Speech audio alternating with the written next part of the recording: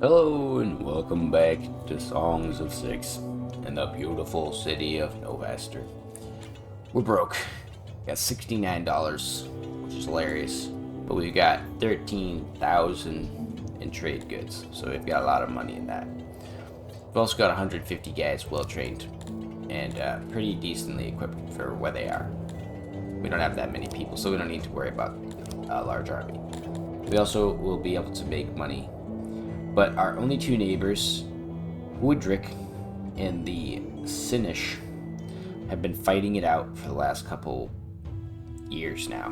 They'll send an army from Woodrick to these guys, and they usually die, and then nothing comes from it. So I don't have to worry about them too much.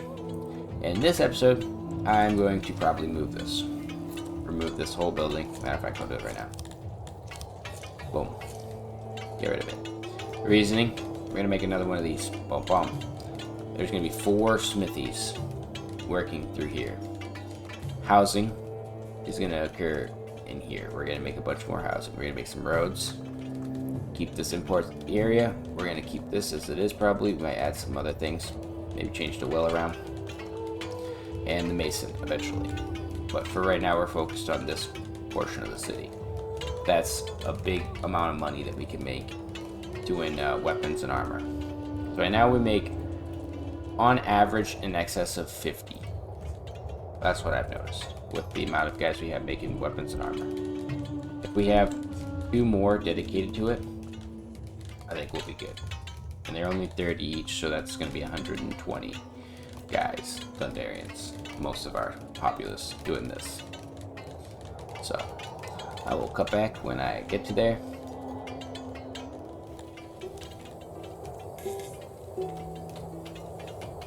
Look at it, brothers. Look at the progress. The boys are building. They're working so very, very hard. Oh man. We've got the masons. We've got the potters. We've got smithies making weapons and armor. Got a jeweler. Nice little jeweler here. And it's being all operated by Dundarians. We've got 279 Dundarians. We've got a nice new stage. We've got a nice new hospital over here for people who get injured working in their respective trades, and the Piece de la Resistance, and a temple to a Thuri. This cost a lot of jewelry and a lot of Syphilon, and we will be sacrificing Syphilon here for the gods, so we get boosts overall. We've got some physicians over here, a nice new barber, a laboratory, eatery, and a bunch of new upgraded houses. See, we're missing housing for one person because a lot of them are out here currently getting wood for the rest of the city. We have metric boatloads of stone. We are importing thousands and thousands of coal per day, hundreds and hundreds of iron, and we're selling hundreds and hundreds of pieces of equipment per day. Or per season, I'd say. We've cut back on our sale for gems, just so that we have enough for our production of jewelry. And we're going to start to sell that soon. We can upgrade this as well. Wait. Oh, I don't have enough. We got a new laboratory. And we upgraded a little bit of our population, obviously. So we are at 700. And we're at 3.5% chance of being raided, which is about average, about on par with what you'd expect. If we were to maybe make a better group or train them up a little bit more, so these guys are 79, that makes them way more powerful than your average 20%er group that might come at us. If we look at the world map, these guys should be like probably not even that trained. But we're not worried too much about being attacked by people and their cities. We're more worried about being attacked by rebel factions, who usually don't send too much at you. On the topic of that, also, we've spent a lot of time decorating. I spent a lot of time decorating the downtown area. It was getting a little bit run down. I put benches in, put all kinds of stuff. Whoa, whoa, whoa, whoa. Sir, you know what your job is. You're Garthemis. Why are you over here? Supposed to be over there mining. But as of right now, we're hitting the steamroll. Our treasury, we make a lot of money. Just the only reason why we don't have more is because I buy people, and I'm spending a lot on random things. Like, you kind of have to hit that steamroll point where you're buying large sums of things. So I'm buying large sums of coal. Pretty soon I'm going to allow more space for, matter of fact, I think I'll do it right now. 357, 357. And that way we can equip this group up as well, and we're gonna make them 70% strong. Those two groups, if somebody attacks us, we have 100 well-trained boys. They're not the best, but we're gonna need some bows, and that's the next ultimate step, and that's what we've been waiting for this year. I'm going to make a couple pastures in the next couple episodes. Put some pastures in. Well, maybe over here, somewhere over there. And maybe down here probably. There's some fertile land. Not really. But we'll figure that out. It appears degradation is becoming an issue over here, so we should put a new janitor.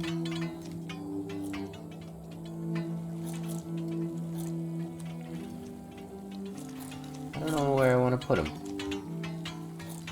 May as well put him over here. I know there is one right there. I'm well aware of that fact, but it appears like he's just not effective enough over here, so we're gonna do that. Put him like that.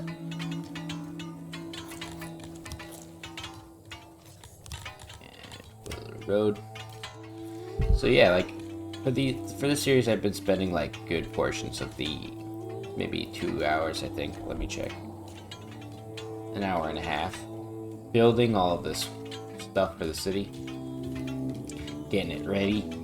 Just so that we can kind of enjoy for the series what the fruits of my harvest are, you know. Because I am well aware of the fact that it gets a little boring when you're watching me doing all the work. Drawing everything. Why are you guys starting to degrade? That's my question. Why don't we give them a little bit of a boost on that maintenance here? And then we're gonna work towards getting a university. That's the next step. The reasoning for the university is I can start to put my 200 humans through university. We'll have a university probably sitting right in here. And they will, as they increase their intelligence, they will allow me to get more knowledge overall, or technology overall. That's what I watch. I want to watch one of the big exports come in. So we've got 85, 81 outbound. There's going to be a guy coming in. He'll come and grab them. Let's see. They're pretty quick about it, too. Oh, there he is. He's filling up with armor. And his swordman, too. That is so pleasing. To see the little guy just, like, fill his cart up. Armor, armor, armor. Shields. Pauldrons, you can see it all. Picking up more axes and swords. Loading it up on his little cart. Speed them up a little bit, and then they're on their way. Let's follow them out of the city. This is the best part of this game, in my opinion, just being able to watch as your goods take form. That's interesting too. It seems like the weight is actually making a difference for these two guys.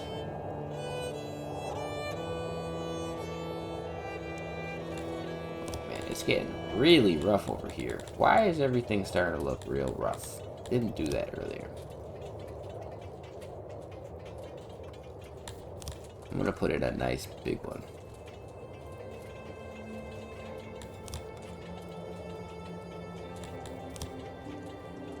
want my city to look beautiful.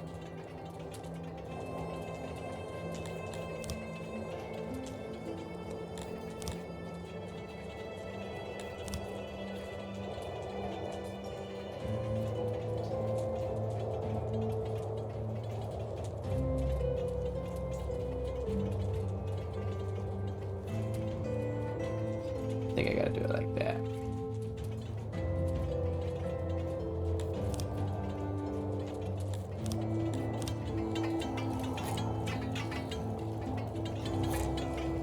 Fix this up. And now I see that the trade import should hit once those guys bring, because they brought like 80 pieces of armor out here. They might have paid me before they bought it, but they brought a lot of goods out of here. I wish you could get like a more detailed map of what you're actually selling and what's going on. Maybe I'm just not looking at it in the right way. Can we figure out what's going on over here, brothers? Seems like you guys are missing some kind of memo. How many guys are you? Just 2? Why don't we put 4? 5, I mean. Can we get to fixing all of these roads? Thank you. Fix this building too. Nice, we've got 248 pots. That means we can start to sell some pots. At 22 a pop, we're going to be selling 146. A couple grand. Not too much though. But we've got our pottery finally maxed out. Or wait, actually, stop doing that. I'd rather give access to pottery to other houses. That's gonna see all our pottery going instantaneously. But their furnishing in their house happiness will be up.